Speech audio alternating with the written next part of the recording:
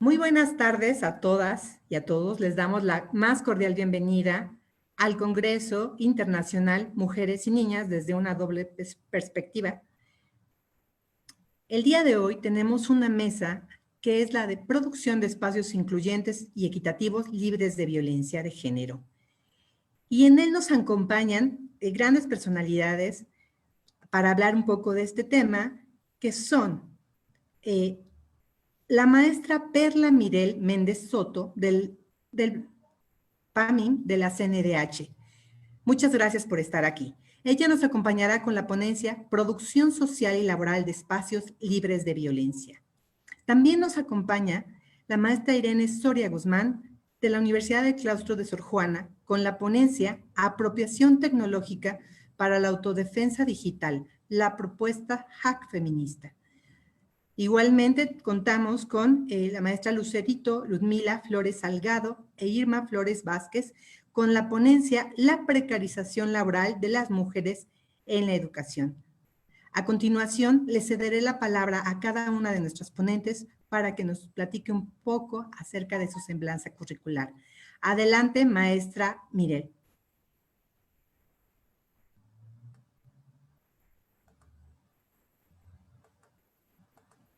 Hola, buenas tardes a todas y a todos. Es para mí un gusto estar en esta mesa y compartir espacio con mujeres tan talentosas y tan exitosas como las que estamos aquí, con la maestra Berenice. Le agradezco muchísimo la invitación y el espacio. Mi nombre es Perla Mirel Méndez Soto. Actualmente trabajo en la Comisión Nacional de los Derechos Humanos en el área de observancia de la política de igualdad entre mujeres y hombres. Y bueno, desde este espacio hemos podido colaborar en la elaboración de distintos documentos relacionados con el acceso a la justicia, con la revisión del marco normativo y las disposiciones que continúan siendo discriminatorias y con la revisión también del acoso y el hostigamiento sexual en la administración pública. Anteriormente me he desempeñado en el área de prevención de la violencia contra las mujeres y en temas de seguridad principalmente. Mi formación, soy licenciada en Ciencias de la Comunicación por la Facultad de Ciencias Políticas y Sociales, con el área terminal de Comunicación Política y maestra en Ciencias Sociales por la Flaxo México. El día de hoy voy a hablar sobre la producción social de espacios libres de violencia, en específico con la escala que es el punto de partida, que es el cuerpo. El espacio, no sé. Perdón, un segundo, maestra Mirel, si me permites que nuestros demás ponentes se presenten y además agregar que omití a la maestra Sandra Villalobos, que en este momento también se incorpora con nosotros. Muchas gracias. Le cedo la palabra a la maestra Irene Soria. Adelante. Hola, ¿qué tal? Mi nombre es Irene Soria, soy doctoranda actualmente de la Universidad Autónoma Metropolitana de la UAM Xochimilco en el doctorado de Estudios Feministas. Mis temas de investigación en realidad van en vinculación con la tecnología, software libre, mujeres, apropiación tecnológica. Actualmente soy representante de Creative Commons México. Y bueno, tengo algunas publicaciones vinculadas a la ética hacker, a la seguridad y vigilancia. También soy docente de la Universidad del Claustro de Sor Juana y de la Universidad Latinoamericana. Y pues es un gusto para mí estar hoy con ustedes aquí. Muchas gracias. Muchas gracias, maestra. Le cedemos la palabra a la maestra Sandra Villalobos Nájera. Adelante, maestra. Hola, ¿qué tal? Buenas tardes. Me da mucho gusto estar en este espacio y compartir con todas y todos ustedes este diálogo. Bueno, yo soy doctora en Ciencias Políticas y Sociales con orientación en Sociología por la UNAM y actualmente estoy terminando una estancia postdoctoral en el Colegio de México. Mis líneas de investigación han sido principalmente religión y género, en el caso de las iglesias protestantes históricas, y discursos acerca del comportamiento reproductivo, sobre todo en el aspecto de cuidado y crianza, en espacios académicos. Gracias. Muchas gracias. Recordarles también que la presentación de Atlas Igualdad y Derechos Humanos fue modificada, pero nos engalana también comentar que tenemos en este espacio a la maestra Lucerito Flores Salgado con la siguiente presentación. Adelante, por favor. Muchas gracias. Agradezco que me hayan también invitado y ser parte de este congreso con otro año más. Soy la doctora Lucerito Flores Salgado. Soy profesor investigador de la Facultad de Derecho y Ciencias Sociales de la Benemérita Universidad Autónoma de Puebla. Trabajo acá ya desde hace 20 años en las clases de licenciatura, de posgrado. Soy líder del cuerpo académico de Derecho Social, enfocado sobre todo a derechos humanos, ya que las líneas de investigación que manejo son la bioética y derechos humanos, el derecho informático, todo enfocado al área civil, es decir, el de las personas. Actualmente soy miembro del Sistema Nacional de Investigadores, nivel 1, soy miembro del Padrón de Investigadores de la Benemérita Universidad Autónoma de Puebla, y miembro de número de la Asociación Nacional Mexicana del Derecho del Trabajo y Seguridad Social. Y bueno, pues también comparto, como muchas de ustedes, el ser autora de libros enfocados a estas líneas. Tengo un libro en materia de técnicas de reproducción asistida, enfocada a los derechos humanos, al área civil, el libro de Derecho Informático, también en especificaciones en materia de personas, y todos los otros libros son y publicaciones enfocadas al área civil, que es la parte que manejamos más dentro de la Facultad de Derecho y Ciencias Sociales. Y bueno, pues esta es la semblanza y agradezco por mucho el que me hayan invitado. Gracias. Pues muchas gracias a nuestro panel y vamos a empezar con este tema de la producción de espacios incluyentes y equitativos libres de violencia de género. Le damos la palabra a la maestra Perla Mirel Méndez Soto. Adelante. Muchas gracias. En esta ocasión voy a hablar sobre la producción social de espacios libres de violencia, teniendo como punto de partida la escala del cuerpo. Y bueno, pues sabemos que el espacio ha sido pensado como la concreción de un sitio de las relaciones sociales que se producen y se reproducen y nos llevan a una revisión por fuerza conceptual y contextual acerca de las expresiones de la violencia. Es decir, cuando tenemos que hablar de espacios libres de violencia, primero necesitamos referirnos a qué dimensión nos estamos abocando y cómo es que vamos a abordar las distintas escalas. De este modo podemos distinguir las escalas para entender la palabra espacio, donde un primer nivel, por supuesto, es la escala de nuestro cuerpo y la posibilidad de decidir sobre este. Explorar las diversidades de escalas que dialogan con otras y que permiten resignificar aquellas zonas invisibilizadas o subconsideradas, aquellos márgenes no tratados que quedaban fuera de las categorías hegemónicas con base en las cuales se piensa el espacio. No sé si ya me pueden apoyar con mi presentación. Sí, ya la pedí, maestra. Adelante. Gracias. En este sentido, se sostiene plenamente que las relaciones entre el cuerpo, el género y el espacio no son neutras de ninguna manera y que las acciones de las personas en los espacios están cargadas de intencionalidad y, por supuesto, de historicidad. De esta manera, las formas de situarse en el presente están afirmadas en estereotipos que, aunque velados, están vigentes y construyen subjetividades e identidades que nos remiten a lo material y a lo imaginario y también a lo simbólico. En este sentido, bueno, pues hay que tener presente que hay una diferencia fundamental en el ejercicio de los derechos entre las mujeres y los hombres, y esta tiene una relación directa con la disposición de nuestros cuerpos y nuestra condición productiva y, por supuesto, también reproductiva. Eso ocurre en especial cuando hablamos de ejercicios diferenciales, del ejercicio diferencial de los derechos y en específico cuando tiene que ver con la decisión sobre nuestro propio cuerpo. En el caso específico que vamos a abordar tiene que ver precisamente con el aborto y con la capacidad que tenemos de decidir, teniendo en cuenta que si bien es nuestra primera escala, se ve atravesada por acciones y omisiones también por parte de todas las instituciones del Estado. ¿Yo puedo sin problemas compartir mi presentación? Sí, por favor, Mirel, te lo agradezco. Ah, mira, ya lo están haciendo. ¿Ya están? Ok. Gracias por tu tiempo. Muy bien. Bueno, en principio es importante considerar que La siguiente. Es importante señalar que justo el hablar de la producción social de espacios libres de violencia, considerando también la escala del cuerpo, es considerado como parte de los ODS en lo que tiene que ver con la igualdad de género y con el empoderamiento de las mujeres para poner fin a todas las formas de discriminación y, bueno, para eliminar todas las formas de violencia contra las mujeres. La siguiente, por favor. Aquí, bueno, ya les adelanto un poco esto, que el espacio está pensado como la concreción de un sitio, de las relaciones donde se reproducen, y no sé si podamos seguir avanzando. La que sigue. El objetivo precisamente de esta presentación es poner sobre la mesa algunos pendientes en torno al aborto como un problema que atañe directamente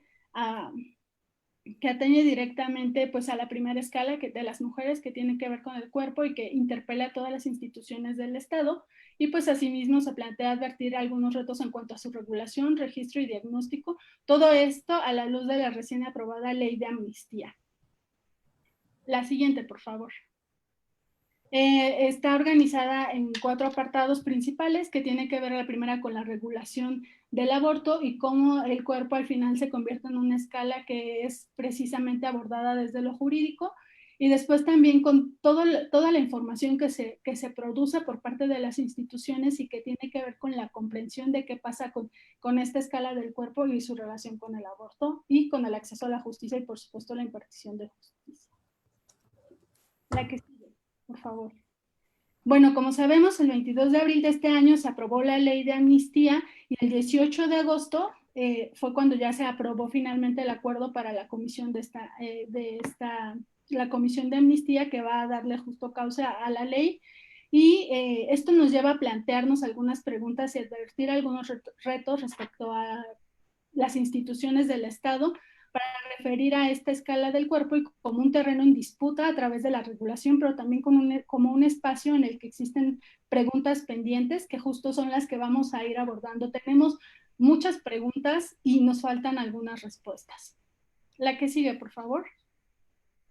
En principio, bueno, justo el cuerpo y la ley y cómo se regula el aborto han sido abordados por el Comité de la CEDAW en las recomendaciones que emitieron en 2018 al Estado mexicano, donde observamos que, bueno, se pugna en principio por disposiciones de leyes penales que tienen que ver con el aborto y que siguen obligando a las mujeres y a las niñas a someterse a abortos en condiciones de riesgo que ponen en peligro su vida y su salud. Se señala, por supuesto, la norma 046, que tiene que ver con la violencia familiar y sexual contra las mujeres y que además legaliza el aborto en casos de violación, y se señala también el reto de la objeción de conciencia para hacer valer precisamente la posibilidad de poder decidir sobre nuestros cuerpos. La que sigue, por favor. En principio, advertimos que en las constituciones actualmente 20 entidades protegen la vida desde la concepción, y esto, bueno, pues aquí les presentamos el mapa. Es una situación bastante problematizada, donde tendremos que seguir pues prestando atención y dando seguimiento, porque en realidad, en lugar de disminuir el número de entidades, hemos visto que al contrario van aumentando. La siguiente, por favor. Cuando analizamos la dimensión penal del aborto, entonces identificamos que hay algunas excluyentes de responsabilidad, como son la violación, cuando es una situación imprudencial, peligro de muerte, malformación del producto, daños a la salud, inseminación forzada, y en algunos casos hay causas económicas, como lo vamos a ver a continuación. La siguiente, por favor. Aquí podemos advertir que la CNDH lleva a cabo este monitoreo de la ley, y vemos cómo la conducta culposa de la mujer o imprudencia, el aborto por imprudencia, está regulado pues en 30 de las entidades. Sin embargo, las causas económicas solo son consideradas en 2 entidades. La que sigue, por favor. Respecto a las atenuantes, pues llama particularmente la atención todas esas nociones que justo hablábamos, que permean todavía el discurso sobre nuestro cuerpo y sobre las mujeres, que tiene que ver, en particular el Código Penal Federal prevé que la mujer no tenga una mala fama, que haya logrado ocultar su embarazo, o que este no sea producto de una unión ilegítima. Y bueno, pues también identificamos que Zacatecas y Tamaulipas son entidades que siguen esta misma lógica de atenuantes. La que sigue, por favor. En el Estado de México tenemos aquí que se menciona como atenuante que la mujer haya logrado ocultar su deshonra. Y en el caso de Querétaro y Quintana Roo, que se cuente con el consentimiento del progenitor cuando esté viva con la madre. O sea, aquí desde el uso del término madre, cuando estamos hablando del aborto, bueno, aquí ya se encasilla como madre y cumpla con las obligaciones inherentes a su unión. La que sigue, por favor. Ahora, en lo que tiene, esa es como por una parte de los grandes así pendientes que hay por parte de las instituciones respecto a la regulación y cómo hemos visto que con la Marea Verde hemos tratado de impulsar que todas estas nociones discriminatorias y por supuesto la penalización o la criminalización de las mujeres cuando deciden sobre su cuerpo sea una cuestión que podamos justo erradicar del discurso legal. Pero también tenemos otra dimensión pendiente cuando hablamos de la ley de amnistía y tiene que ver con cuántos abortos se realizan al año. En principio, el aborto implica, entre muchas otras obligaciones, la generación de información confiable, de información por entidad federativa, que nos permita también advertir todas esas diferencias a las que las mujeres se enfrentan cuando podrían estar decidiendo sobre su cuerpo. Y bueno, pues aquí hay algunos datos a nivel mundial. La OMS ha señalado que en promedio anual hay 56 millones de abortos provocados en condiciones de seguridad o sin ellas. Es decir, las mujeres abortan con o sin las condiciones y esto, por supuesto, es motivo de debate público. La que sigue, por favor. Ahora, cuando hablamos concretamente de México, qué está pasando y cuántas mujeres se practican un aborto, pues no existe un registro oficial que nos permita conocer con exactitud el número de abortos que se practican en el país. Esto tiene que ver en parte pues con la regulación vigente que ya vimos, que criminaliza a las mujeres, pero también tiene que ver con que al final hay muchos abortos que son acompañados por parte de las organizaciones de la sociedad civil y que se hace con misoprostol o con otro tipo de medicamentos y por lo tanto no hay un registro, no hay manera a veces de captar esa información, habría aquí que buscar justo estrategias. En principio, la información con la que se cuenta la ENDIRE de 2016 incorporó alguna pregunta que nos ayuda más o menos a estimar cuántas mujeres y también el INEGI cuenta con defunciones fetales. La que sigue, por favor. Bueno, de acuerdo con la ENDIRE, las mujeres que reportan haber estado embarazadas en los últimos 5 años y que tuvieron un aborto son 9.4 millones de mujeres de 15 a 49 años. Y vamos a ver en la siguiente, por favor. Que también se tiene con la información de defunciones fetales. Esta manera de aproximarnos a cuántos abortos se practican al año es muy interesante porque lo que se parte es justo de la defunción del feto para ir registrando cuál es el número de abortos que se practican y bueno, aquí se distingue también que el aborto espontáneo es el más común y que se registran 616 abortos terapéuticos, que esto equivale al 8.1%, mientras que el 1.8% de los abortos están clasificados como provocados, lo que representa 138 casos. Entonces vemos que en principio estos datos que ya sabemos que tienen algunas cuestiones que no pueden captar, nos dan un panorama donde no todas las mujeres corren a abortar como a veces es justo el discurso que se opone al derecho de nosotras a decidir sobre nuestros cuerpos. Y en algunos casos no se especifica el tipo de aborto por el cual se dio la muerte fetal. La que sigue, por favor. Ahora, ¿qué información se puede tener sobre las mujeres que abortan? Y también pensando un poco como en esta posibilidad de ir impulsando a nivel estatal la ley de amnistía y ver de qué tamaño es el reto. En principio tenemos que hay 0.57% de mujeres que eran menores de 15 años. Este dato lo vamos a explorar un poco. 3 minutos, maestra. Un poco más adelante, pero bueno, en principio esta es la información que se tiene respecto a las mujeres que abortan. ¿Podemos ir más adelante? La siguiente. Hay un registro importante de niñas que abortan. En la siguiente gráfica la siguiente diapositiva. En esta se puede advertir cómo el número de nacimientos de niñas y adolescentes también es un tema que ha aumentado y que entonces vemos que hay un nacimiento de niñas y niños en niñas adolescentes y por otra parte los abortos en realidad de ese rango de edad son muy pequeños. Aquí habría que investigar precisamente cuál es la aplicación de la norma 046, si se está haciendo también uso y difusión de esta norma. La siguiente.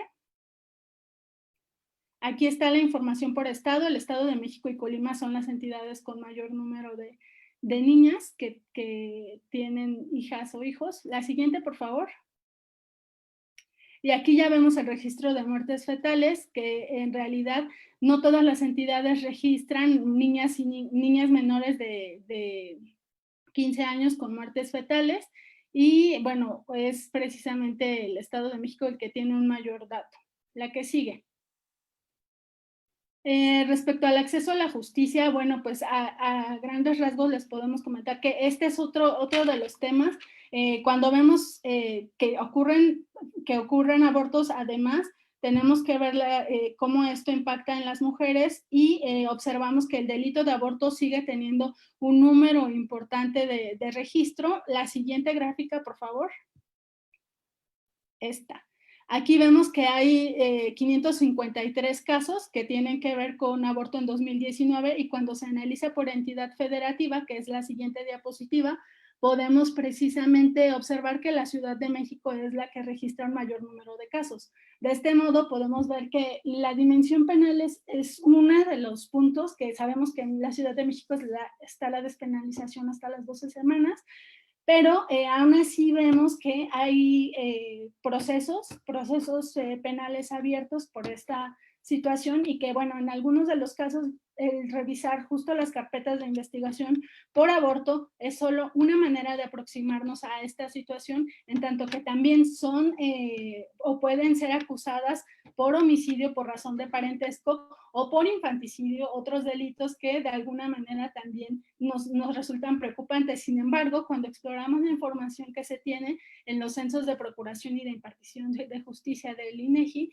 no es posible advertir en todos los casos cuántas, o sea, quisiéramos saber cuántas mujeres han sido acusadas por abortar, pero por el delito de homicidio por razón de parentesco. Necesitaríamos tener esa información, pero no es posible con cómo están actualmente registrados todos estos delitos y también, por ejemplo, el secretariado ejecutivo que reporta información, cuando la queremos analizar no la desagrega por sexo en cuanto a las presuntas responsables, pero también tenemos el problema de que respecto a las víctimas, da algunos datos, sin embargo los rangos de edad, que sea por ejemplo mayor de 18 años o menor de 18 años, no nos permite advertir en cuántos casos pudo haberse tratado exactamente pues de un aborto y que se esté justo procesando de otra manera. Entonces, todos estos elementos que he tratado como de abordar de manera muy rápida aquí, son retos para las instituciones del Estado, pero también para impulsar a la luz de la ley de amnistía en las entidades federativas, de qué tamaño es el reto y por cuántas mujeres tendríamos que estar alzando la voz para pedir que no se les criminalice por decidir. De esta manera, pues la autonomía de las mujeres se ve atravesada por procesos políticos, jurídicos e institucionales que no podemos soslayar y que necesitamos focalizar para pugnar por una agenda integral en miras a que las mujeres podamos decidir libremente sobre nuestro cuerpo. Muchísimas gracias, maestra Mirel, con un tema realmente muy importante que tiene que ver cómo se penaliza la autonomía de las mujeres en esta escala del cuerpo. Y preguntan en este panel, Lisa Escalante, ¿por qué si la NOM 046 violencia y la NOM 047 adolescencia son de observancia obligatoria no se sanciona a quienes ocurren en omisiones? ¿Cuál es la principal causa de que las niñas y adolescentes aborten? Es decir, ¿son violaciones o cómo se registran? Estas dos preguntas las dejaría para ti en este momento. Ok. ¿Las respondo de una vez? Sí, por favor. Bueno, respecto a lo que tiene que ver sobre la obligatoriedad de la aplicación de la NOM 046 y de la 047, efectivamente se sabe que no en todos los casos aplica. En algunos momentos ha sido la objeción de conciencia uno de los elementos por los cuales se excusa el personal médico para no pues no ayudar o precisamente prestar este servicio. Y bueno, esto tiene que ver también con que hubo recientemente, bueno, el año pasado, antepasado, una reforma que tenía que ver con la objeción de conciencia, donde pareciera que es por sí misma una especie de protección para que entonces no haya posibilidad de que las mujeres puedan interrumpir sus embarazos. Al estar imbricado de esta manera, es realmente muy complejo el que se pueda señalar responsabilidades, porque al final si lo que se apunta es una cuestión ética, entonces ahí no se sanciona de esta manera, ¿no? Lo que en algún momento tendría que hacerse es precisamente pues un diagnóstico sobre el personal médico que se declara objetor de conciencia, para que de esta manera tengamos la seguridad de que ninguna unidad médica tenga el 100% del personal que cae en este supuesto y que por lo tanto se pueda negar la interrupción legal del embarazo. Ahora, respecto a las causas para el aborto, esta es una buena pregunta. No hay información que nos dé sobre las causas, pero bueno, en principio la población, las niñas y adolescentes que están en una situación de embarazo, realmente siempre se recurre a educación sexual educación sexual para las niñas, para que no queden embarazadas, pero en estas edades también, y sobre todo cuando veíamos los datos que hay incluso de 10 años, no puede hablarse, bueno, sí debe hablarse de educación sexual, pero además de violencia sexual, porque si no podemos problematizar estos casos a la luz de la violencia sexual, es que entonces las respuestas que se dan tienden a ser bastante simplistas y comunes, en el sentido de que siempre es la educación, la cual por supuesto que debe de garantizarse libre de estereotipos, pero también está aquí el poder mencionar y señalar con todas sus letras qué ocurre con la violencia sexual contra las niñas, contra los niños, y qué está pasando también cuando las niñas tienen una consecuencia en su cuerpo y no se les está permitiendo decidir sobre él.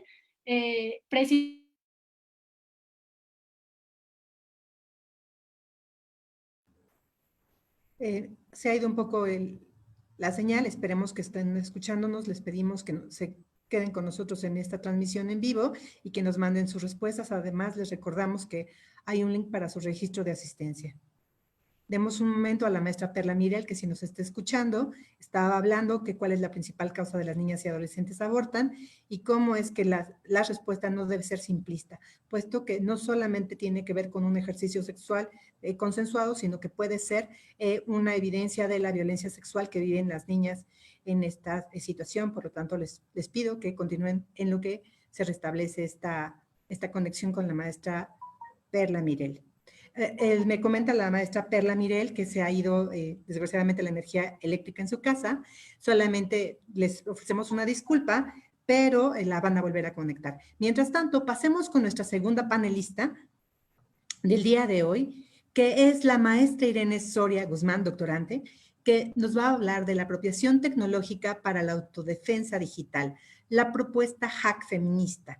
La maestra nos acompaña por parte de la Universidad del Claustro del Sor Juana, y nuevamente le damos la palabra. Muchas gracias, maestra.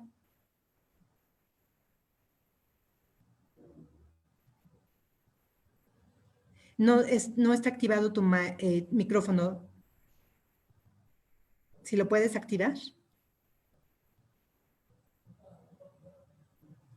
Pensé que lo había puesto antes de la compartición y entonces hice ahí están viendo la presentación, ¿cierto? Ok, bueno, pues muchísimas gracias por la invitación, por supuesto. Buenas tardes a todas, a todes, a todos. Es para mí un gusto y un placer compartir con ustedes.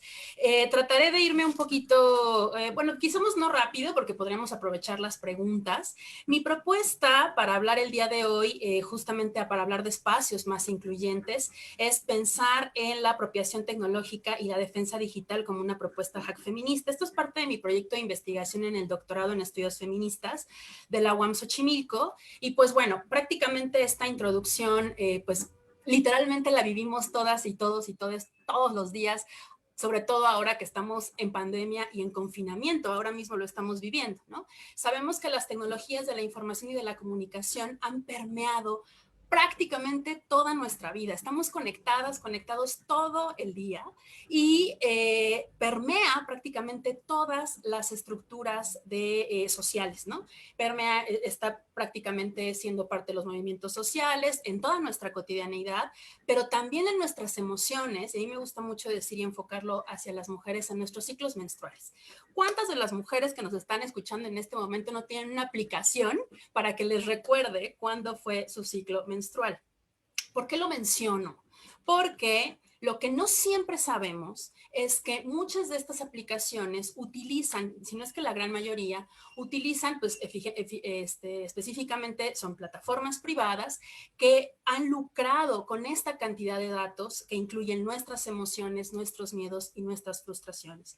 Particularmente, digo, no solo yo, sino el grupo de mujeres y de personas que estamos enfocadas al hacktivismo, hemos hablado del Internet como un espacio, del Internet como un territorio, ¿no? Y eso es algo que sucede mucho en las posturas del sur global, ¿no? Porque en realidad estamos utilizando todos los días servicios que basan sus negocios en nuestros datos. La plataforma que estamos usando el día de hoy, Zoom, donde estamos haciendo la transmisión en Facebook, prácticamente tiene nuestra información, incluso por ahí dicen que nos conocen más que lo que nos conocemos nosotras mismas, ¿no? Si no me creen, yo les haría una pregunta, ¿no? Que yo sé que no me van a contestar ahora por este medio, pero que lo podemos discutir a lo mejor en el chat. ¿Cuántas de ustedes creen que Facebook ha abierto su micrófono porque literalmente les adivinó, ¿no? Lo que soñaron el día anterior, ¿no? Es que yo acabo de decir que se me antojó una galleta y me apareció el anuncio de la galleta. Bueno, pues eso es, en realidad, lo que parece magia negra, en realidad es cómputo, ¿no? Existe prácticamente un montón de capas de mediación profundas y súper desconocidas en este nuevo espacio. Yo por eso en mi proyecto de investigación parto del código de programación y cómo este código representa saber haceres, ¿no? Y cómo este código, es decir, cómo escribir código de programación se relaciona tan íntimamente con la técnica, ¿no? Y estas técnicas que suenan muy alejadas de nosotras, aquí voy a hablar específicamente de las mujeres, que es un tema que me apasiona, tecnología vinculada con la apropiación en las mujeres, es que muchas decimos, es que yo no le sé, ¿no? Es que yo no le sé a la tecnología, es que yo eso como que no lo conozco y es que el cómputo no es para mí. Pero más allá del cómputo en tanto aplicación, el cómputo es una técnica, es un saber hacer, ¿no? De la misma manera en la que lo es la cocina o muchos otros saberes, ¿no? El tejido, el arado. Yo hago esta comparación de que hay que arar el código de programación de la misma manera en la que aramos la tierra. En este sentido, es importante tener en cuenta que hay detrás de estas tecnologías que nos permean tanto en toda nuestra vida y que se meten literalmente en nuestra intimidad. Hay personas que escriben este código de programación. El código de programación me refiero literalmente a las instrucciones que hace que en este momento yo pueda presentarles una presentación desde mi computadora, ¿no? Entonces, quien escribe el código está escribiendo las leyes de la tecnología, de la tecnología computacional que utilizamos.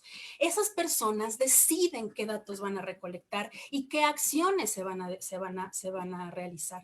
Yo por eso parto de una frase, no es mía esta frase, sino que es igual, insisto, de un grupo de personas que nos hemos sentado a pensar en tecnologías desde el sur y desde la decolonialidad, es que el código es político, ¿no? Es decir, la toma de decisiones de estas plataformas como Zoom, como Facebook, como YouTube, como Google o como los grandes consorcios, pusieron como decidieron, así, y hay que decirlo con todas sus letras, estas plataformas privativas han decidido cerrar el código, han tomado la decisión de cerrar el código e imposibilitar que todas las personas lo podamos ver o estudiar. Lo que en el capitalismo se conoce como el secreto industrial y que evidentemente es incuestionable.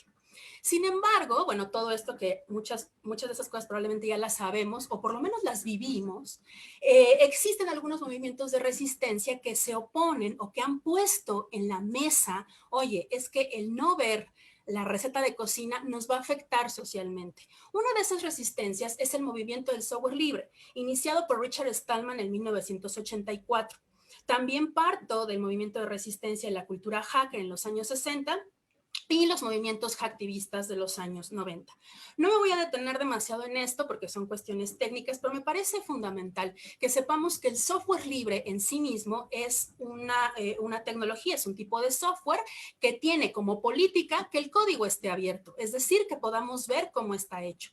De tal suerte que aunque nosotros no sepamos leer código, podemos decirle a alguien que pueda leer código o aprender código y poder modificarlo, usarlo libremente, etcétera, etcétera, etcétera. Una aclaración, muchas lo hemos confundido, muchas veces se usa como sinónimo el open source, sin embargo, no es lo mismo, porque el open source no garantiza necesariamente la libertad del código. Es un tema más vinculado hacia las empresas. Evidentemente, frente a este panorama y como en todos los campos del conocimiento, existen las grandes faltantes. Yo le puse faltantes entre comillas porque eso también es relativo.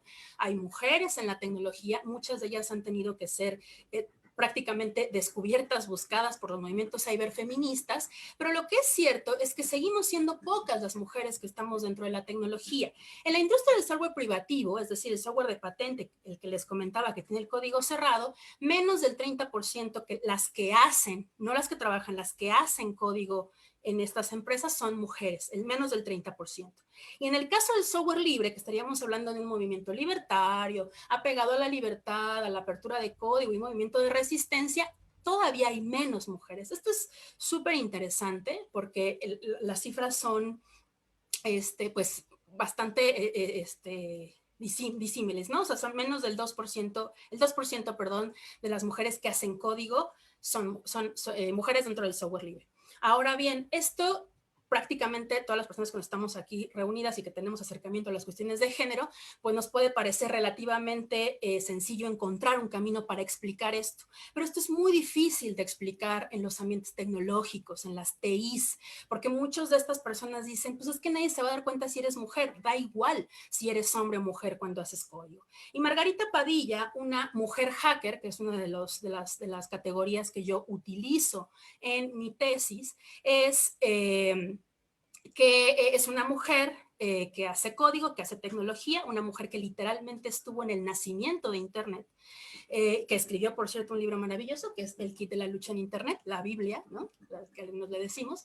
Margarita Padilla decía, cuando fue a una de estas conferencias en Debian, una tecnología también de software libre, un sistema operativo, se sintió muy entusiasmada por este congreso, la DEFCON, que se realiza cada año. Se sintió muy entusiasmada y dijo, el siguiente año, yo voy a meter una ponencia, ¿no? Voy a meter una ponencia acerca de lo que yo estoy haciendo, de mi código, de la manera en la que genero tecnología. Y ella cuenta que cuando llegó a su casa, ¿no? Ella venía pensando en la ponencia, literalmente llegó a su casa, abrió la puerta y vio el pasillo sucio. Y en ese sentido pensó, un momento, si yo meto una conferencia para Debian en el siguiente año, ¿quién va a limpiar el pasillo? ¿No? Esta anécdota es maravillosa porque lo que nosotras decimos cuando hablamos de mujeres y tecnología es que muchos hombres no se preguntan eso, ¿no? Por eso también hay muchos más hombres en la tecnología porque ellos no tienen que limpiar el pasillo. Habrá una mujer que lo haga por ellos. En ese sentido, regresando a la primera postura del código cerrado, vuelvo a la pregunta, ¿quién decide las cosas que suceden en nuestros espacios digitales? Este es un ejemplo, pero hay millones de ejemplos de fotos que Facebook baja. En este caso fue esta obra que fue bajada porque rompió con los códigos de conducta de Facebook. Sin embargo, sabemos también por muchos movimientos hacktivistas, hackfeministas y cyberfeministas que Facebook baja muy bien estas fotografías, pero no baja cuando hay una página donde se ha compartido fotografías sin consentimiento de las mujeres, o no baja cuando se rompe o cuando hay algún tipo de violencia sexual o cuando hay un tipo de violencia hacia las mujeres. ¿Por qué? Pues porque las personas que están decidiendo en su mayoría son hombres blancos del norte global. Es decir, son estas personas con una ideología, con una forma de pensar, las que están haciendo nuestra tecnología. No voy a poner este ejemplo, pero es algo que está circulando en redes, como los filtros, como nuestras cámaras, ¿no? También hacen estos cambios a nuestros rostros, haciéndonos más blancos, más delgadas, etcétera, etcétera, etcétera. Entonces, los famosos algoritmos, que son estos pasos para ejecutar una acción, que ya lo decimos como el algoritmo de Facebook, como si fuera el Dios Padre todo omnipotente, tal cual, ¿no? Literalmente con ustedes desde el patriarcado, ¿no? Hablamos del algoritmo como esta gran persona o este gran ente mágico que decide absolutamente todo lo que estamos haciendo. En ese sentido, ya me estoy acercando hacia la propuesta. Me parece que voy un poco rápido, pero es que quiero llegar justo al tiempo antes de que se me acabe. Por eso a mí me gusta mucho, o ha sido una figura que me ha apasionado desde hace muchos años, que es la de la figura del hacker. Él y la hacker. En realidad, yo sé que muchas de las personas que nos están escuchando puedan asociar el término hacker en tono negativo, porque así lo ha definido y porque los medios de comunicación también nos lo han lanzado así. Sin embargo, yo parto del término hacker en tanto subcultura del MIT en los años 60, que fueron estos hobbyistas o estas personas que literalmente eran apasionadas del cómputo, porque antes no había cómo aprender cómputo, había que hacerlo de manera autodidacta, todavía un poco, pero literalmente eran personas que gustaban de programar y de resolver problemas y sobre todo de mejorar, ¿no? Las cosas para hacerlas como de una manera más horizontal. Compiten entre problemas y no compiten entre sí. Y probablemente ustedes han escuchado la palabra hack. Por ahí hay muchos artículos que se llaman hacks de vida o hack, ¿no? Refiriéndose a estos trucos, a estas formas para facilitarnos la vida. En ese sentido, a mí me gusta mucho hacer la analogía de que en realidad las que nos consideramos feministas o el feminismo en sí, pues tiene intrínseco la cultura hacker, o a lo mejor va y viene, ¿no? Porque sigue siendo particularmente una problemática que nos atañe. Entonces, muy probablemente somos hackers. Para cerrar, y justamente en estos últimos minutos, viene la propuesta que les decía de hack feminismo para la autodefensa digital. La idea de hackear el patriarcado, ¿no? Así como nos han instalado el software por default, así nos han instalado la idea de lo que significa ser hombre, mujer, o que solo hay géneros binarios, ¿no?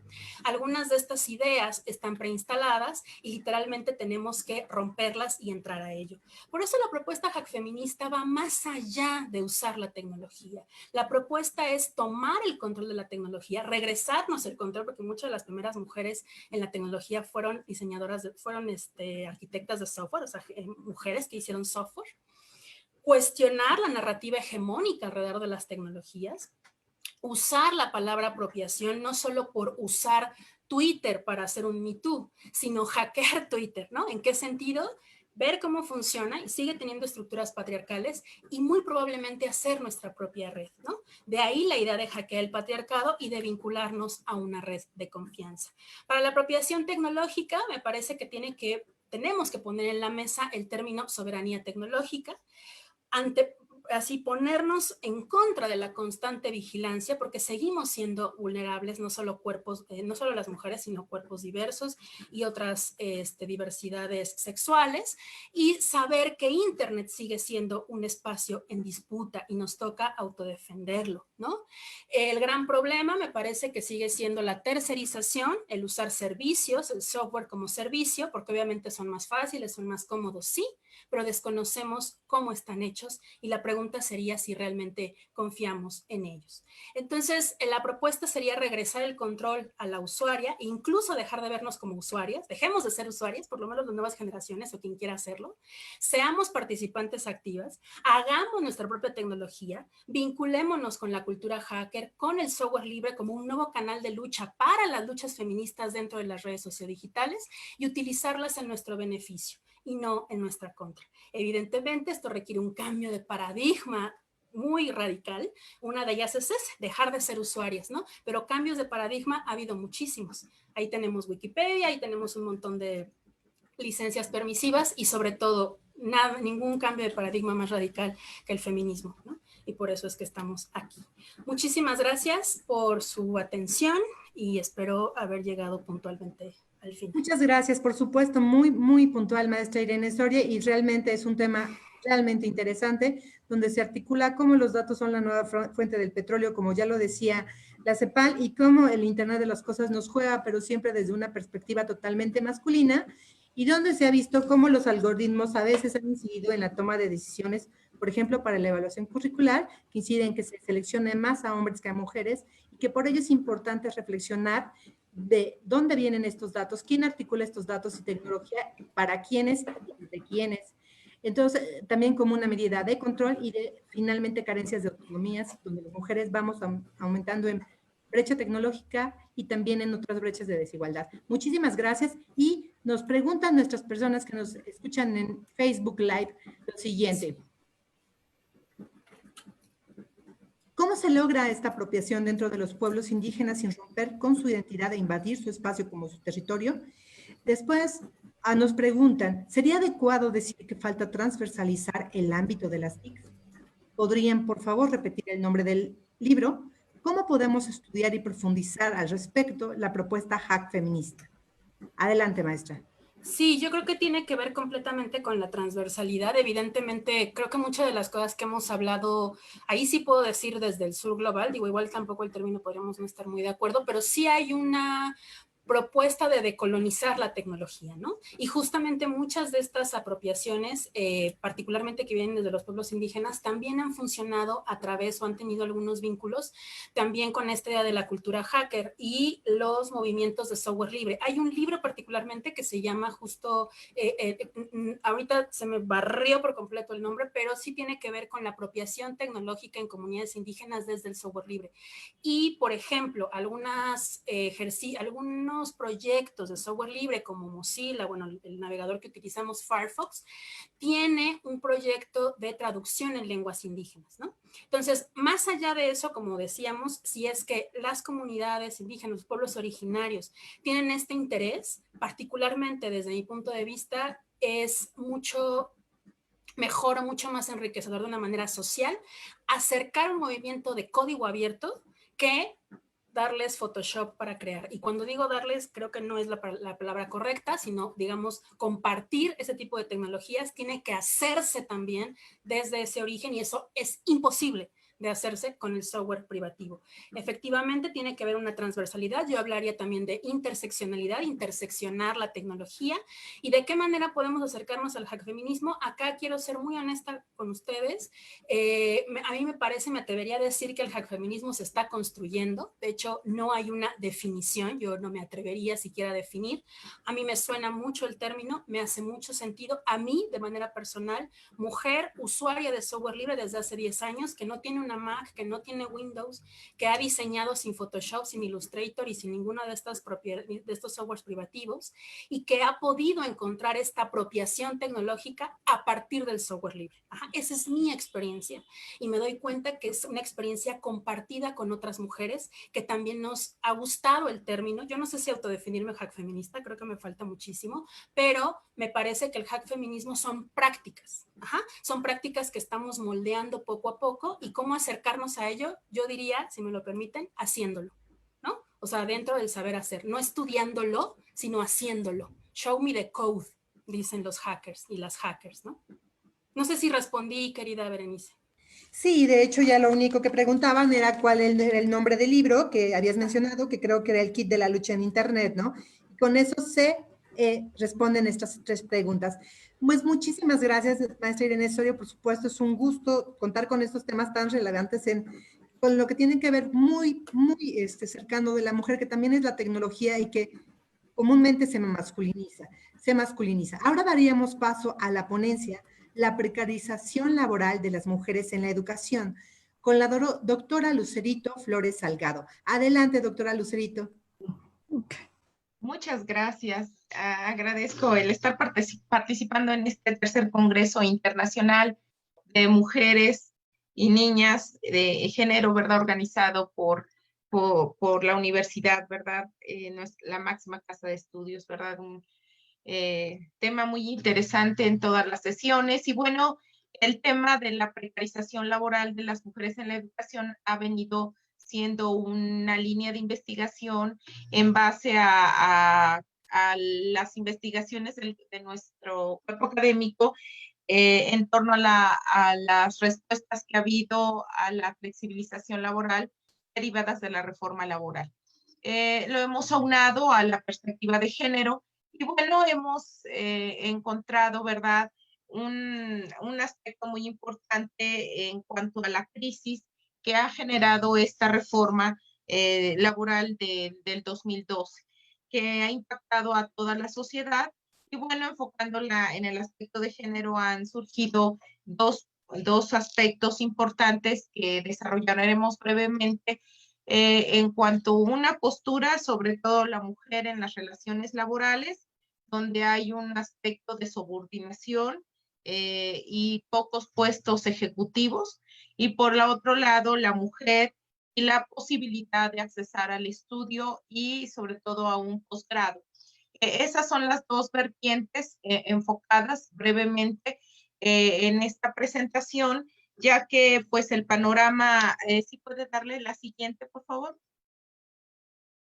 El panorama pues vemos que es muy violatorio de los derechos laborales, generando desempleos, condiciones de trabajo precarias, discriminación laboral, de género, la inobservancia de normas laborales justas que terminan con la posibilidad de tener una vida digna y de calidad contra los derechos humanos del trabajo y de educación, sobre todo el derecho del trabajo, que pues es un derecho humano fundamental de primera generación.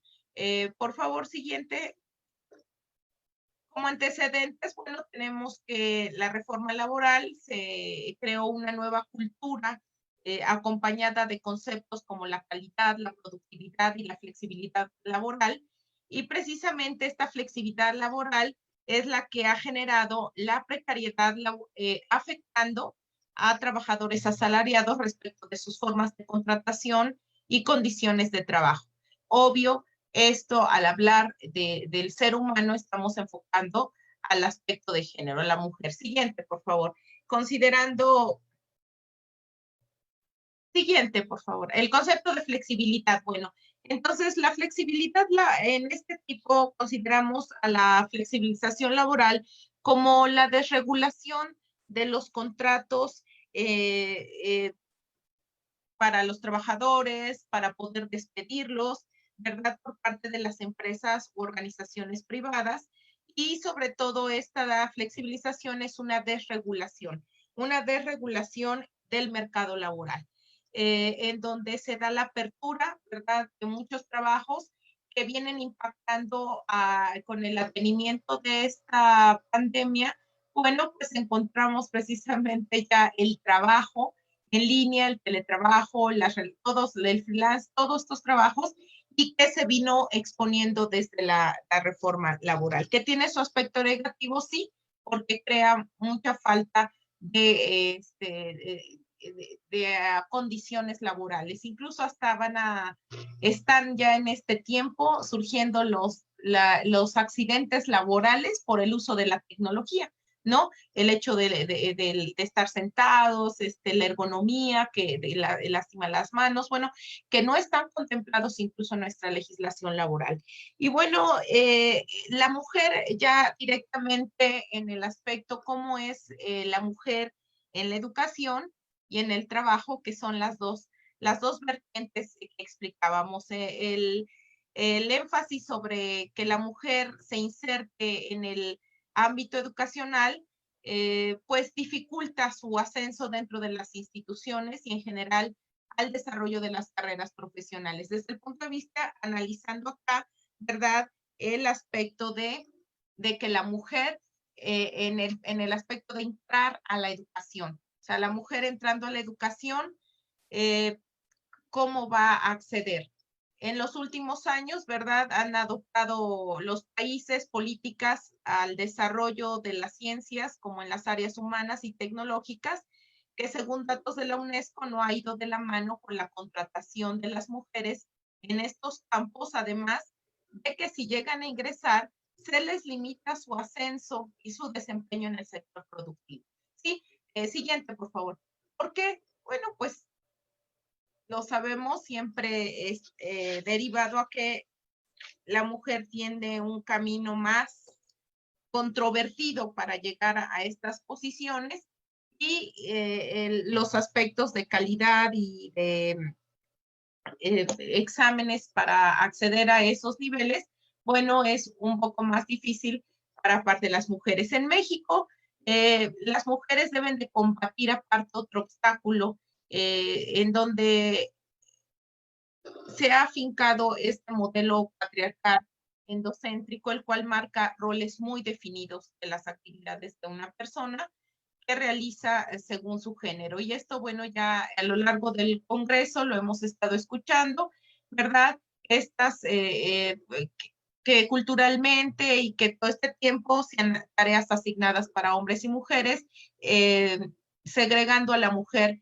para poder tener acceso a todo esto. Ya lo decía bien la maestra, la doctora Irene, siendo las mujeres las que generan y generaron esta primera tecnología en los mitos y que todo es enfocado en otro sentido. Bueno, es algo muy interesante en aspectos de tecnología, precisamente cómo la mujer está accesando, ¿verdad?, a estas áreas en donde era un campo, la ingeniería, considerado para el hombre, ¿no? Entonces, la visión de la estructura social se ejemplifica en funciones primordiales únicas de la mujer, como el ser madre, esposa, ama de casa, y dejando tareas del mundo público y bien remunerado el trabajo para los hombres, y plasmando esta relación en la conducta que la sociedad marca y que las leyes recogen. Y que la doctora Mirel nos expuso excelentemente el área penal de cómo la norma recoge esta situación de la penalización, ¿no? Que la norma recoge, la norma penal, en contra podríamos decir en contra de establecer normas para la autodeterminación del cuerpo, ¿no? Entonces, ciertamente la sociedad influye para la creación de la norma, ciertamente. Siguiente, por favor.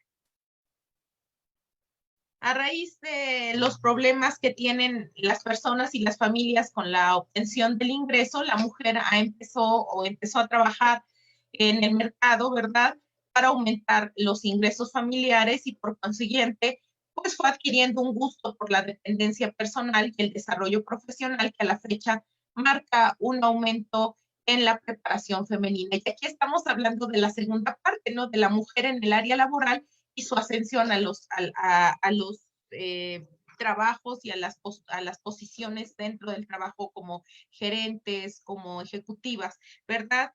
Incluso en el área académica, pues vemos a la mujer investigadora, ¿no? Y aquí este congreso habla, bueno, es lo bonito del congreso, es el primer año, la mujer investigadora, ¿no? Proponiendo, discerniendo y estableciendo incluso posturas políticas y todo esto que es un gran avance que tenemos, ¿no? Que apreciar y tomar en cuenta que la preparación profesional de una persona eleva su productividad laboral y posibilidades en el sector. Por ello se ha advertido un cambio notorio en las relaciones del trabajo que, aunque es pequeño, se puede observar que la mujer se ha preparado mucho más y puede competir con mayor eficacia y solvencia en los puestos laborales. ¿Es difícil? Sí. Ya hablamos de todas estas teorías del techo de cristal que para poder llegar acá, antes de iniciar el panel comentábamos, las doctoras decían, ¿cómo nos hemos metido en esto de la tecnología? Pero lo que hay detrás de ser mamás, de ser mujeres, de ser trabajadoras, de estar, y que tenemos que ingresar todavía a esta área del 100%, de ser maestras y de aparte estar con los hijos. Bueno, es un gran obstáculo que, sin embargo, el índice que las mujeres desempeñan labores académicas es, como en muchos otros sectores, inferior a la de los hombres. Siguiente, por favor. En el caso de la misma UNAM, ¿verdad?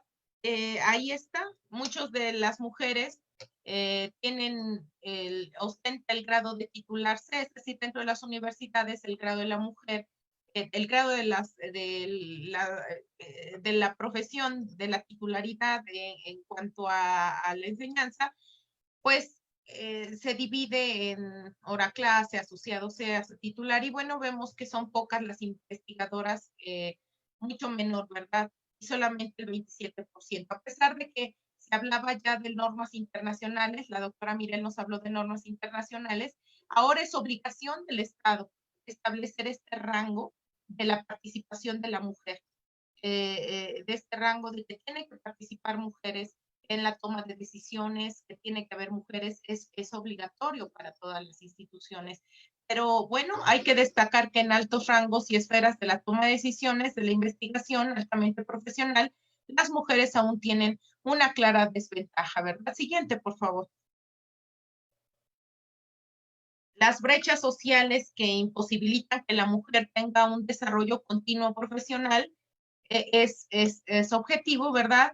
Aunque el género femenino ha tenido un crecimiento exponencial dentro del sector universitario, no todas las mujeres se encuentran con esa preparación, tienen la posibilidad de incorporarse a la dinámica laboral, menos refiriéndose al entorno fuerte y centralizado de la toma de decisiones. El hecho de que la mujer tiene una creciente tasa de adhesión al mercado laboral no significa enteramente un buen presagio para el género femenino, ya que aún son relegadas a puestos de subordinación, ¿verdad? La contratación de mujeres en muchas partes del país está limitada a actividades laborales con baja o nula autoridad y trabajos muy mal pagados con horas de trabajo extenuantes. Tal es el caso, bueno, de las maquiladoras, en las cuales, en efecto, las mujeres constituyen un porcentaje altísimo en lo referente a contratación, pero las condiciones de trabajo y el pago resultante de dichas actividades es muy precario. Es a lo que se hablaba así, cuando la mujer accesa a los estudios, a los posgrados, entra a trabajar, pero se ve ante un problema. Aquí haremos una subclasificación, es decir, ya la mujer estudió, llegó a un nivel de estudios, pero se encuentra ante la llegada de esos puestos ejecutivos, bueno, se ve muy controvertido con los hombres. Y por el otro lado, las mujeres que entran con poca escolaridad, entran a los trabajos laborales, entran y no se les, no reciben el salario justo y es muy precario también en relación al varón. Entonces, estos problemas los seguimos teniendo en el siglo XXI, si no, no estaríamos hablando de ellos o haciendo estudios, ¿verdad? Sobre todo para la modificación de las normas, que pues el 3 derecho minutos, dice que maestra. tiene que ser muy justo. Muchas gracias. Siguiente, por favor. Y vamos concluyendo, entonces se puede asumir que la mujer cuenta con una doble desventaja en su esfuerzo por una igualdad de oportunidades en la esfera laboral. Estas son el rol que hemos dicho preferentemente a la crianza, que aún es casi forzoso en el país, y la masculinización del empleo en puestos que por naturaleza requieren y exigen una formación académica y profesional. Entonces, seguimos, por favor, aquí es muy amplio, ¿verdad? Aunque el hombre también en el panel pasado se hablaba de cómo el hombre también ya está entrando en estas posturas. Siguiente, por favor, para poder ir concluyendo. Siguiente, ya hablamos de esta parte. Bueno, la mujer en la educación superior, ¿verdad? Pues hemos hablado de que la mujer en la educación en México, las relaciones de dominación que sujeta a la mujer en desempeñar labores únicamente domésticas, discriminatorias, pues han perdurado desde hace mucho tiempo. En la mayoría de los casos, la sociedad posee un mecanismo autogenerado en el cual somete a la mujer a roles asignados. O sea, aunque queramos seguir, hay muchos estudios que podemos enfatizar, hay muchas lecturas, hay mucha investigación, pero aún es renuente la sociedad mexicana a poder aceptar que la mujer vaya teniendo la oportunidad de ir generando. Vamos a pasar a la siguiente diapositiva, por favor, que habla de las consideraciones finales, ¿verdad? El cambio radical que ha tenido la participación activa de las mujeres en el mercado laboral, pues ha ido de la mano con su profesionalización e incursión en la investigación. Este investigador, Raúl Osorio, ¿verdad? En su artículo Las mujeres investigadoras en México, nos dice que a pesar que la mujer ha alcanzado niveles de educación mucho mayor gracias a su creciente incursión en el sentido universitario, aún se mantiene con un camino difícil para su éxito tanto laboral como educacional, puesto que la sociedad mantiene fuertes sesgos de género, ¿verdad? Y bueno, la siguiente consideración es de que las mujeres investigadoras han obtenido en materias académicas y en sectores científicos que son producto indirecto de las transformaciones que ha sufrido la educación superior en cuanto a la población estudiantil por género desde hace un tiempo atrás, ¿verdad? Y el desarrollo, otra consideración final que es muy importante, es que el desarrollo intelectual de la investigación por parte de las mujeres ha obedecido al incremento del sector femenino en su formación con estudios de posgrado, aunado a ello también que existen organismos como centros de investigación que están adscritos a diferentes organizaciones institucionales o gubernamentales que tienen como fin el desarrollo de investigación científica y que por la demanda de personal emplean a mujeres ampliamente capacitadas para puestos, detonando el interés de la mujer en su formación más amplia, académicamente hablando, pero no limitándose a ello. Entonces, bueno, estos dos aspectos que tenemos que seguir en la investigación, ¿verdad?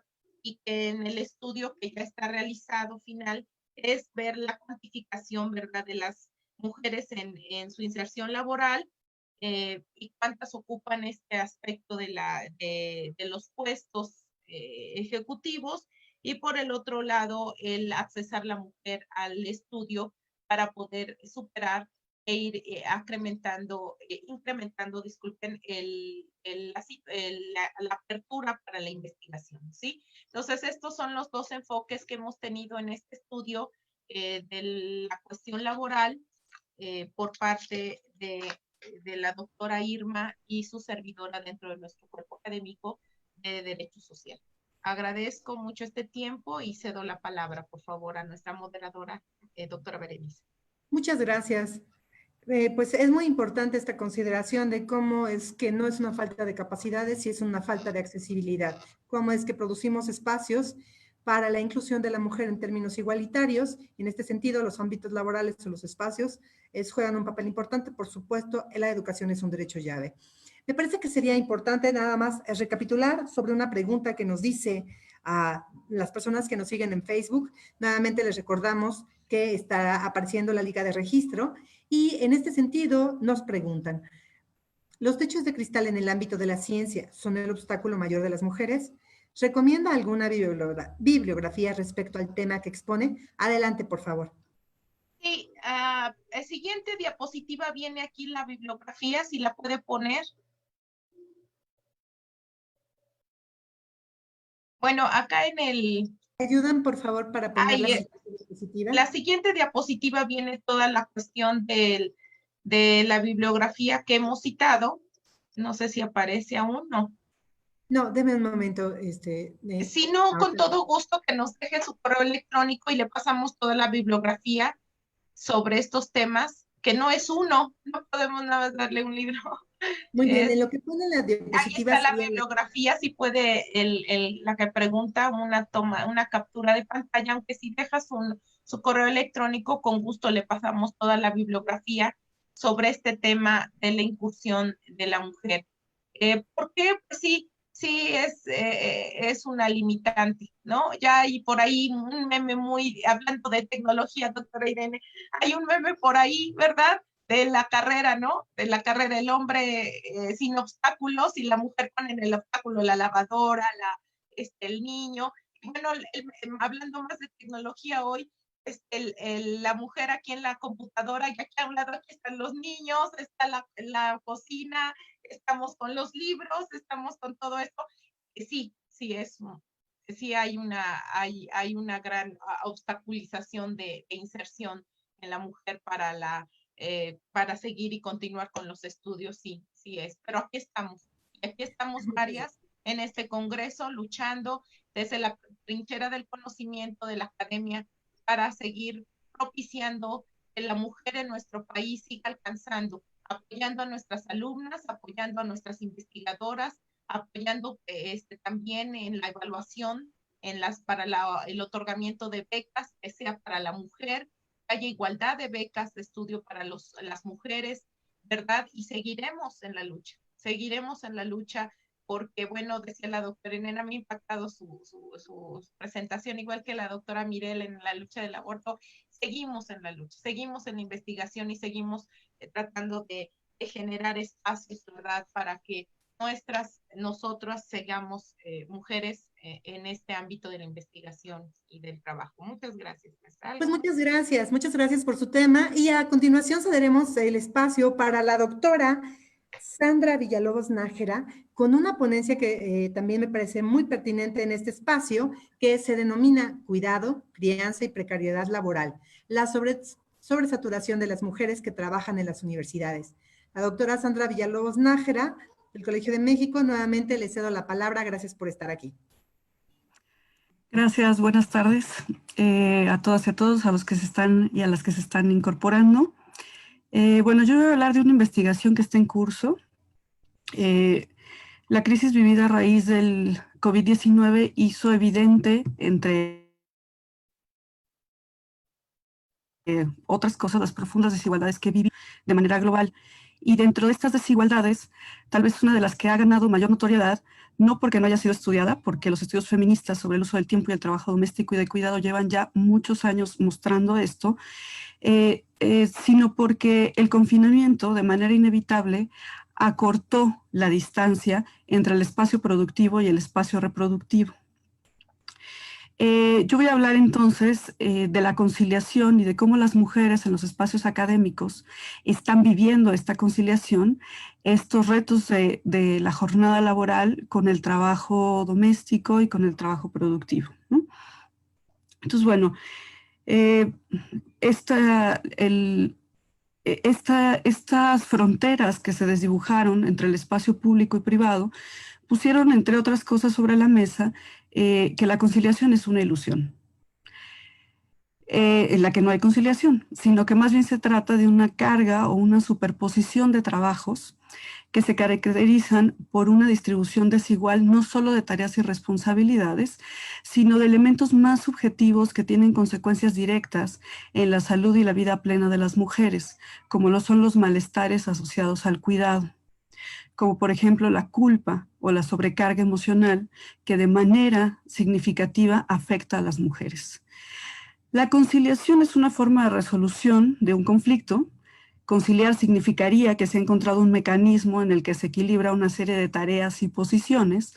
Sin embargo, en el caso del trabajo doméstico y de cuidado, la conciliación no resulta posible, pues en el mejor de los casos, cuando se logra una mejor organización respecto a las tareas, está de por medio el trabajo de otras mujeres, ya sea remunerado o no, y en el que su desempeño muy probablemente se convertirá a su vez, las hará mujeres también saturadas, ¿no?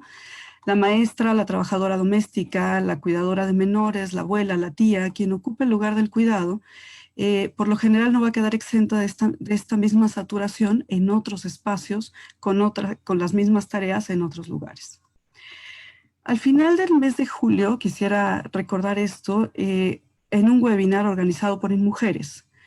La doctora María de los Ángeles Durán mencionaba, respecto a la forma en cómo la pandemia ha afectado a las mujeres, cómo estábamos en una situación de mucha precariedad en muchos sentidos.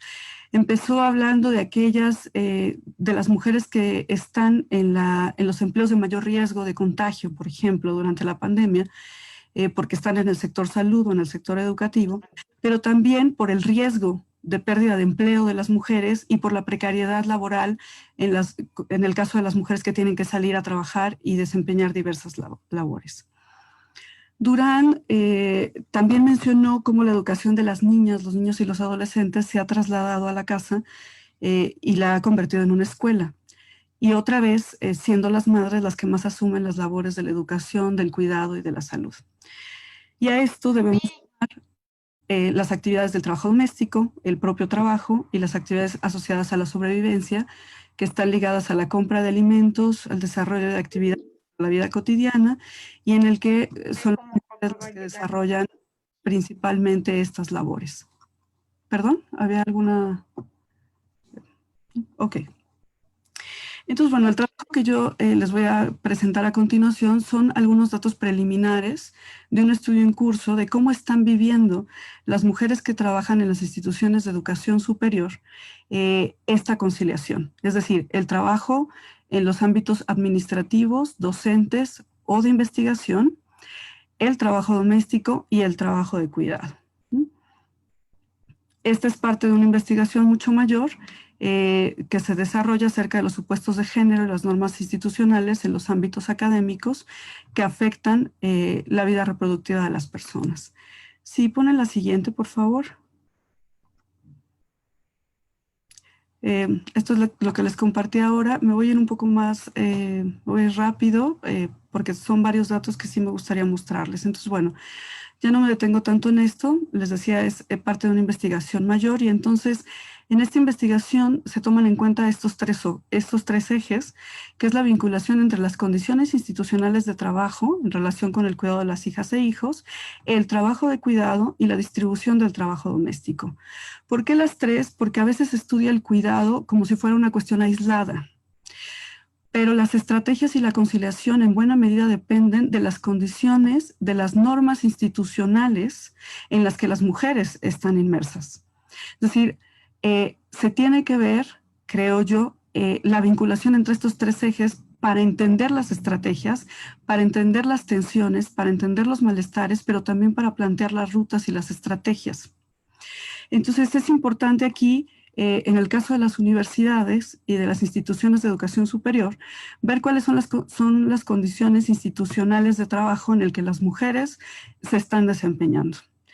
En la mayoría de las instituciones hay normatividades acerca de los permisos de maternidad, acerca de los permisos por enfermedad en cuanto al cuidado de los hijos o después del nacimiento de los hijos, pero pareciera que todas estas normatividades cumplen o están solamente por un tiempo mientras las mujeres acaban de tener a sus hijos o cuando están enfermos. Pero el cuidado no se hace solamente en esos momentos, el trabajo de cuidado es todo el tiempo. Y la dependencia de los hijos e hijas también dura varios años. Entonces después pareciera que no hay otros pronunciamientos y vamos a ver cómo ha sido ahora en este tiempo de COVID esto. Si pasan la siguiente, por favor.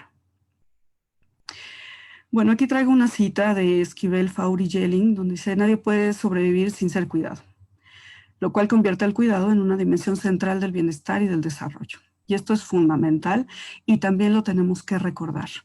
Porque a veces pareciera que el cuidado solamente es una serie de tareas prácticas, pero el cuidado tiene una implicación emocional y tiene una implicación de demanda emocional también. Y esto tiene un impacto en las cuidadoras y en los cuidadores, ¿no? El trabajo de cuidado, generalmente vinculado al trabajo doméstico, aparece en ocasiones como una misma labor, principalmente a que es un trabajo que ha sido desempeñado por las mujeres. Pero autoras como Durán o como Bajani nos hablan de la importancia de desagregar estas labores para entender que el cuidado también son una serie de acciones que a veces son sutiles, pero que al irse sumando y conjuntando hacen todo un trabajo de mucha demanda. La siguiente, por favor. Bueno, por esto, de la importancia de desagregar estas acciones, yo hago esta diferencia en los tipos de cuidado. Están las acciones de manutención económica y de proveeduría, las acciones que se realizan para la sobrevivencia de un sujeto dependiente, la preparación de alimentos, vestir, bañar, peinar, etcétera.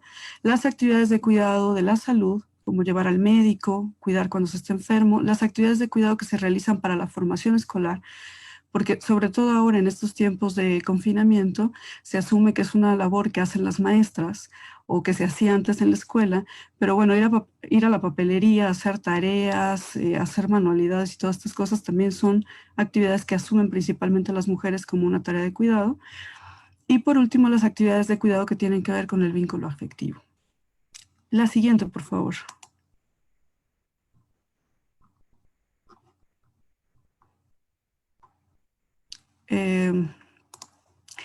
Como les decía aquí, siguiendo a Bajani, el cuidado es el resultado de muchos actos pequeños y sutiles, conscientes o inconscientes, que no se pueden considerar que sean completamente naturales o sin esfuerzo.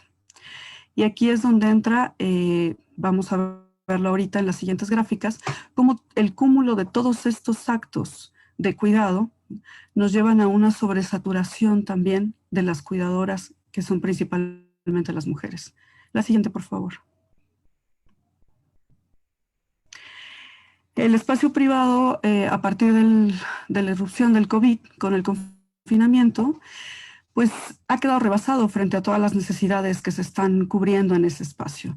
El cuidado para la salud, el cuidado de procuración de recursos e insumos para la alimentación, el sostenimiento de trabajos desde casa, con el trabajo desde casa, la formación y educación de las hijas e hijos y el cuidado de personas con discapacidad o el cuidado de personas adultas mayores. Es decir, el espacio privado se volvió el espacio del trabajo, del cuidado, de la educación, del trabajo doméstico y de la vida en conjunto, pero dejó de ser privado para hacerse público. Y lo vemos porque todas estamos viendo nuestros cuartos, nuestras salas, nuestros estudios, porque después de la puerta están los niños, están los abuelos. Entonces, tal vez como nunca se ha visto este espacio privado y todo lo que en el espacio privado se conjunta y todo lo que en el espacio privado se trabaja. Entonces, se ha vuelto un espacio también de una sobredemanda de cuidados, de una sobredemanda de cuidados de salud, de educación, de procuración de afectos, de contención. Y quien hace principalmente esta labor son las mujeres. La que sigue, por favor. Bueno, vamos a la que sigue también, por favor. Vamos a... yo les voy a mostrar entonces ahora los primeros resultados de un cuestionario aplicado a hombres y mujeres en espacios académicos que desarrollan trabajos administrativos, docentes y de investigación. La que sigue, por favor. A partir de estos 3 ejes que les compartía. La que sigue. Bueno, respondieron mujeres y hombres. En azul se encuentran, en las columnas en azul corresponden a las mujeres que respondieron este cuestionario y en rojo los varones. Como verán, respondieron mujeres de varios lugares de la República, también mujeres de Uruguay y también mujeres de Brasil. Y esto es interesante porque tiene que ver con cómo las mujeres difundieron y quisieron participar de un tema que les está siendo significativo y relevante todos los días de manera cotidiana. En el caso de los varones solo respondieron en la Ciudad de México y de Guanajuato. La que sigue, por favor. Bueno, las edades principales están entre los 36 y los 45 años. La que sigue. Y aquí vamos a la vinculación afectiva o el estado civil. La mayoría de ellas son casadas. Y si ustedes ven en las columnas en rojo, en el caso de los varones son casados o vueltos a unir y algunos separados. Mientras que las mujeres manifiestan ser solteras, casadas, unión libre sin compartir el domicilio, divorciadas y otras. Es decir, las mujeres ubican la manera de relacionarse y el cuidado de una forma diferenciada y tenemos aquí a los varones en estas opciones nada más. Adelante, la que sigue, por favor. Esto tiene que ver con lo que decía la doctora Lucerito hace un rato, ¿no? La formación académica de las mujeres que participaron está principalmente en la licenciatura y la maestría y disminuye cuando se llega al nivel de doctorado o postdoctorado. Y esto va a ser interesante con los puestos con los que después ocupan dentro de estas instituciones académicas. La que sigue, por favor. La que sigue. Aquí vemos que de acuerdo a los nombramientos o los tipos de trabajo que las mujeres que respondieron desempeñan, tenemos que la mayoría son profesoras de asignatura y después empleadas administrativas. Esto tiene que ver con los estudios, pero también tiene que ver con cómo se abren los espacios dentro de las universidades. Si ustedes se fijan en la columna roja, que es la más alta, estamos viendo a los varones, que son los profesores de tiempo completo, y en la siguiente columna roja, que dice, están los profesores investigadores. Es decir, tanto los profesores de tiempo completo como los profesores e investigadores tienen una plaza. Mientras en el caso de las mujeres están ocupando primordialmente la docencia por asignatura. Esto en buena medida porque es una forma de poder cuidar a los hijos, pero eso también las limita a poder pagar el cuidado en otros espacios y poder avanzar en su trayectoria académica. La que sigue, por favor. La que sigue, es la narración. Quiero mostrarles esta gráfica también, que es interesante porque son las principales actividades que las mujeres han estado realizando y los hombres durante el confinamiento, hablando del trabajo que hacen desde casa. Como ven, hay un listado grande de actividades que son más o menos las que se desempeñan en el ámbito académico. Quiero destacar 2 columnas que están en el centro con azul oscuro y azul claro, que son las principales labores que realizan las mujeres de trabajo desde casa. Tutorías y asesorías y responder llamadas e email.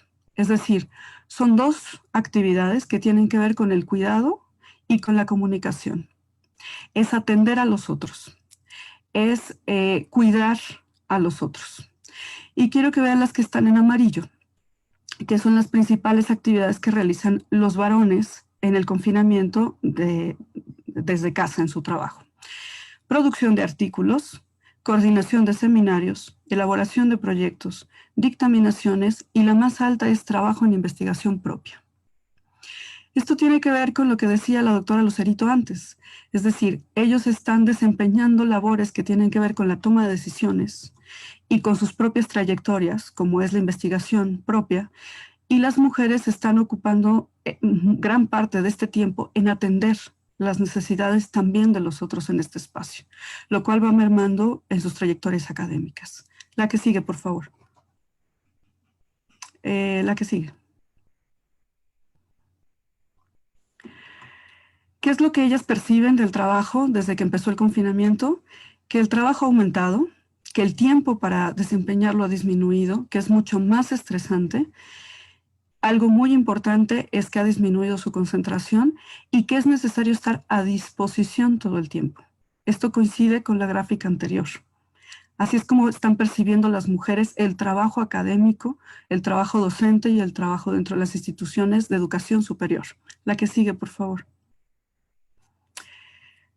Respecto a las condiciones laborales en la institución, las mujeres, como ven la columna azul, que es la más alta, dicen que no ha habido ningún pronunciamiento de parte de las instituciones para apoyarlas respecto a la conciliación y que las condiciones en cuanto a productividad son exactamente las mismas que antes del confinamiento.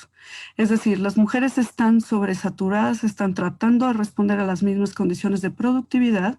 Las instituciones no se han pronunciado y cuando se han pronunciado los apoyos han sido condicionados o discrecionales. Esto es muy importante porque si no se crean normativas que apoyen esto para la conciliación, difícilmente la situación de las mujeres en su trayectoria académica se va a modificar. La que sigue, por favor. La que sigue.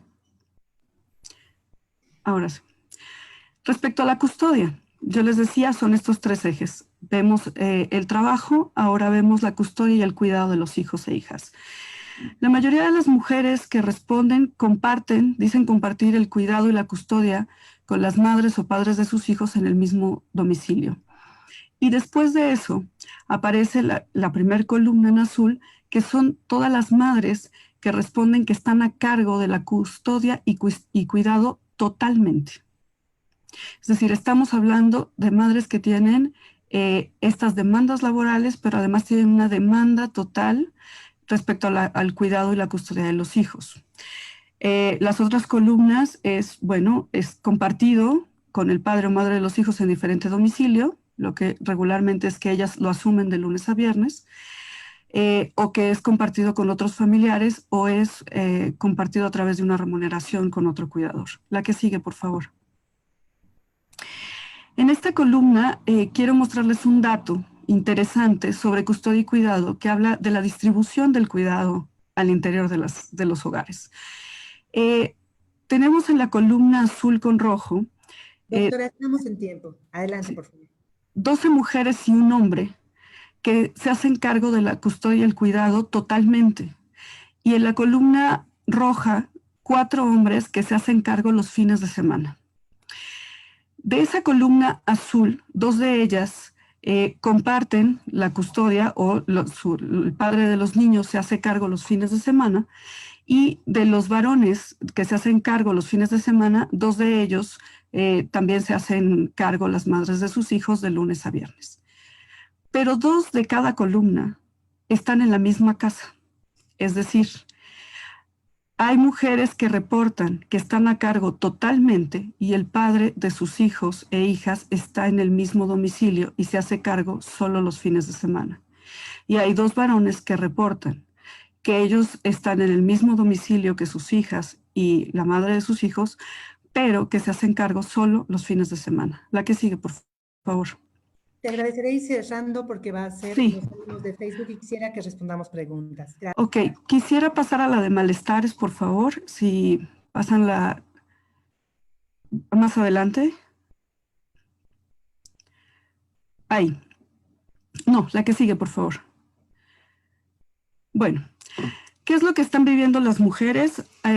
Malestares y tensiones experimentados durante el confinamiento, ansiedad, miedo, angustia, saturación, culpa, irritabilidad, hartazgo, dolores musculares, migrañas, etcétera. La que sigue. Pero este es interesante. ¿A qué atribuyen ellas estos malestares? Fíjense ustedes en la columna que dice el confinamiento. En el caso de los varones atribuyen los malestares al confinamiento. En el caso de las mujeres atribuyen los malestares vividos a la combinación o superposición del trabajo académico, docente y de investigación, el trabajo de cuidado y el trabajo doméstico. La última, por favor. Al final. La última. Quiero cerrar con esto. En este mismo webinar, María de los Ángeles Durán nos decía, frente a esto va a haber una gran tentación de que las mujeres se hagan cargo de todo. Va a ser la gran tentación del Estado, que las mujeres se hagan cargo y que no protesten por ello. Entonces, es nuestra responsabilidad también la resistencia, de decir qué es lo que está pasando y cómo esta sobrecarga de actividades nos acaba la salud física y emocional. Entonces, bueno, con eso concluyo. Muchísimas gracias. Ciertamente muy interesante cómo estos espacios se articulan para finalmente que las mujeres absorbamos estos trabajos no remunerados y el de los cuidados, que no se ha institucionalizado en México y donde no hemos avanzado mucho desde hace muchos años. Preguntan en Facebook, ¿desde dónde se debe promover la cultura de la igualdad laboral en el caso de las mujeres profesionistas que además son cuidadores, desde los empleadores, directivos y finalmente, ¿recomienda alguna bibliografía al respecto del tema que expone? Adelante, doctora. Sí, pueden escribirme al correo y con mucho gusto les puedo compartir datos y la bibliografía.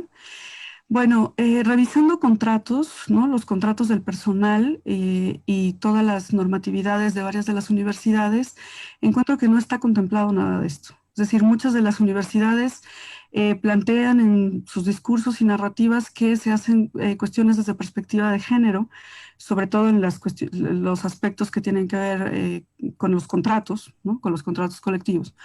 Pero aquí vemos una desigualdad entre los puestos, es decir, no es lo mismo las condiciones de las mujeres que trabajan en los espacios administrativos que la docencia de asignatura, que las plazas o los tiempos completos.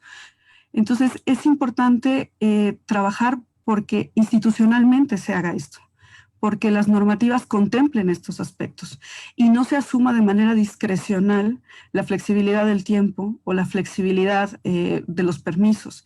Tendría que estar contemplado y la mayor parte de las instituciones de educación superior no contemplan esto.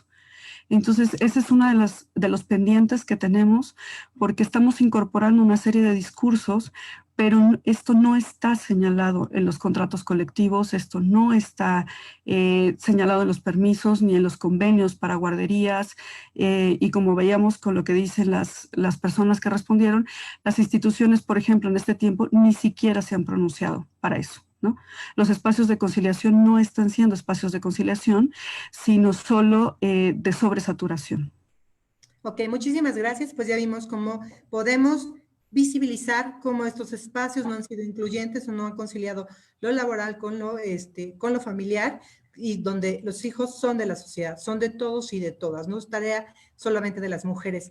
Les agradezco mucho a nuestras ponentes el día de hoy que estuvieron aquí, a la maestra Mirel, con la producción de espacios y que en particular abogaba por el ejercicio o los espacios para la autonomía física, la cuestión de la inclusión de las tecnologías de las mujeres en espacios para el desarrollo de tecnologías digitales, con la maestra Irene Sorio, con la cuestión que tiene que ver con cómo producimos espacios para la inserción laboral desde esta perspectiva incluyente, desde esta perspectiva de género con la doctora Lucerito y por supuesto a la doctora Sandra Villalobos con este tema que es tan relevante y pertinente en esta época y yo creo que en todas. Necesitamos nuevamente, como en algún momento decíamos, un cambio de época. La tarea de los cuidados es tarea de todos y todas y el Estado tiene que intervenir, de verdad es urgente. Muchas gracias. Nos retiramos de esta transmisión en vivo. Les pedimos que nos sigan acompañando para el cierre del Congreso.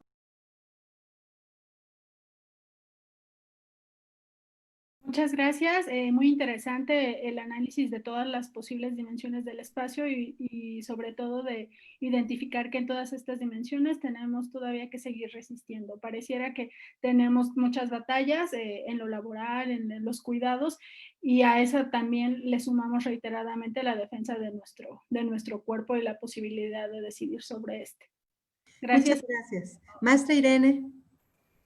Pues quizás solo proponer esta nueva lucha también en el espacio digital para eventualmente también convertir o llevar al movimiento feminista a una apropiación, a una autonomía un poco más grande, ¿no? Vinculado a la cultura hacker, y yo siempre termino diciendo que hay que hackearnos nosotras mismas también, ¿no? Para desaprender muchas cosas. Muchas gracias nuevamente por la invitación y un placer estar con las doctoras. Muchas gracias.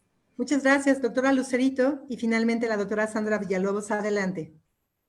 Claro que sí. Muchas gracias por darnos la oportunidad de ingresar en estos espacios donde podemos exponer pues nuestras investigaciones, pero sobre todo poder conocer a las mujeres investigadoras de este país que por mucho y por excelencia, ¿verdad?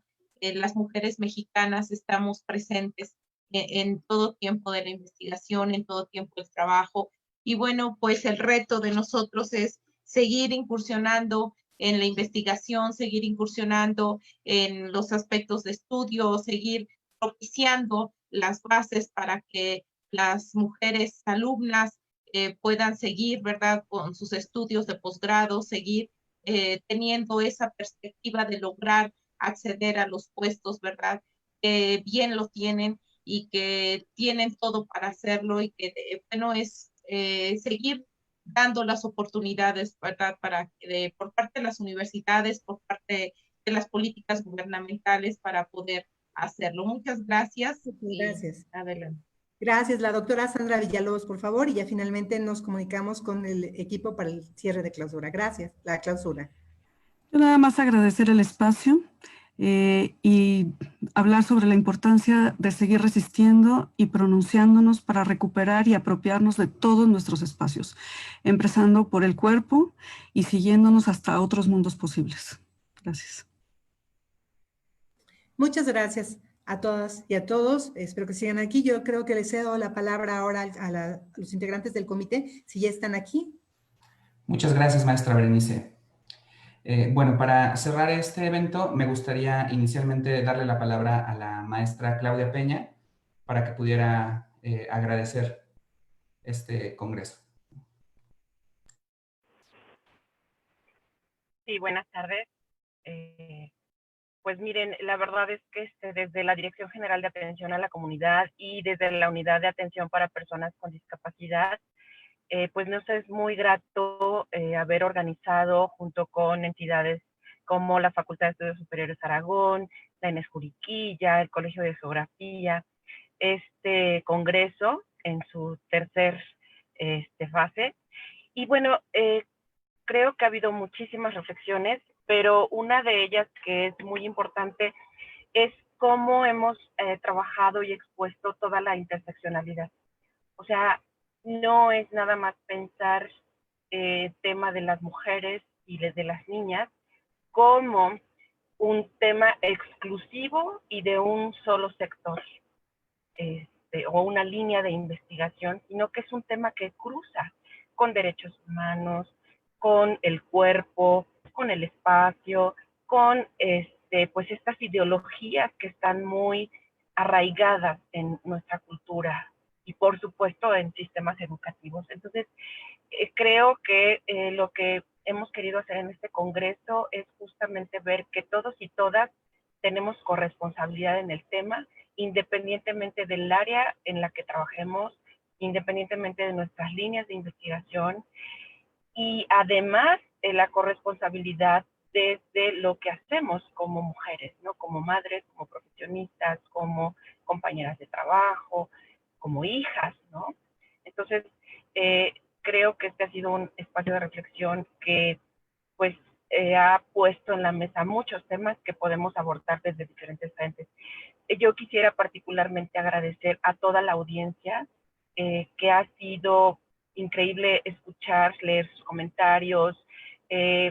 Créanme que hemos leído muchísimos y nos alienta a que es un tema que cada vez estamos abrazando los más sectores de la población.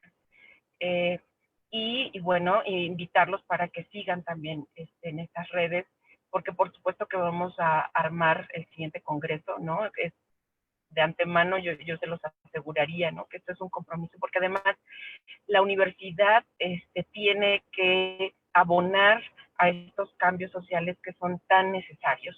Entonces, quiero pues ante todo dar las gracias y invitarlos a que sigamos con este compromiso y que lo hagamos en acciones concretas. Gracias. Gracias, maestra Claudia.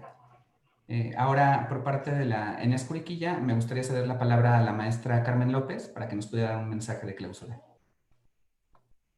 Gracias, Omar. Buenas tardes a todos y a todas.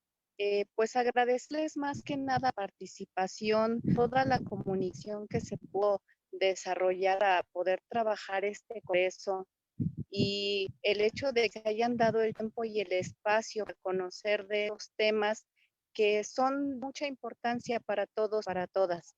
Agradezco el apoyo que se dio por parte de la Aragón, de GACO y de nuestras autoridades de nuestra Max Casa de Estudios, nuestra UNAM, para todo este trabajo que hemos realizado y el esfuerzo a cada uno de los integrantes del equipo de colaboradores que nos ha apoyado también. Les agradezco mucho. Y sigamos, como dice maestra Claudia, poniendo ahora que comentar y atendiendo estos temas son de mucha importancia para que en nuestro siguiente congreso pues tengamos una comunicación más amplia, tengamos más formación para todos y para todos. Muchas gracias. Muchas gracias, maestra Carmen. Me gustaría que por la Facultad de Filosofía, la maestra Berenice pudiera darnos un mensaje de despedida, por favor. Muchas gracias a todos y todas por seguirnos. Yo les diría que lo que hemos trabajado ahí y aquí en este congreso se resumiría a esta frase: todos los espacios, todos los derechos, todas las personas. Trabajemos en conjunto por la igualdad. Esa es la meta. Gracias. Gracias, maestra Berenice. Ahora, si me lo permiten, me gustaría dar la palabra al licenciado Jorge Trejo para que pudiera darnos un mensaje de despedida por parte de la FES Aragón.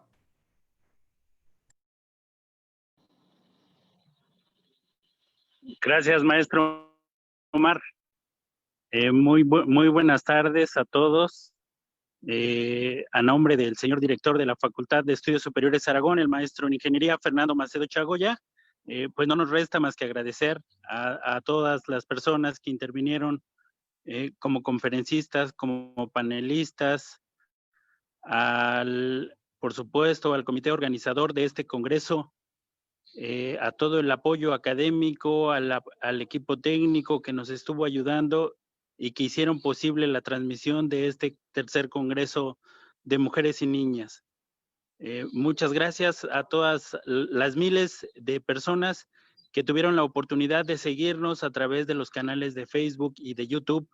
Muchas gracias, porque al final creo que se cumple el objetivo del Congreso, el objetivo que es promover un espacio de reflexión, de conocimiento sobre este tema tan importante en nuestra sociedad. Muchas gracias de verdad por todo este gran evento que cumplió con el objetivo. Muchas gracias, y por mi raza hablará el espíritu. Muy buenas tardes. Muchas gracias, licenciado Jorge. Y antes de vitorear nuestro tradicional Goya universitario, yo les invitaría a que estuvieran pendientes, porque seguramente en breve tendrán noticias de la 4ª edición de este ya muy importante Congreso Internacional Mujeres y Niñas, desde una doble perspectiva, género y derechos humanos, en el marco de los Objetivos de Desarrollo Sostenible. Les pediría que mantuvieran su micrófono apagado y, eso sí, me acompañaran con el puño en alto para vitorear nuestro Goya universitario. México, Pumas, Universidad, Goya, Goya, cachún, cachún, ra, ra, cachún, cachún, ra, ra, Goya, Universidad. Muchas gracias a todas las personas que hicieron posible este congreso. Excelente día.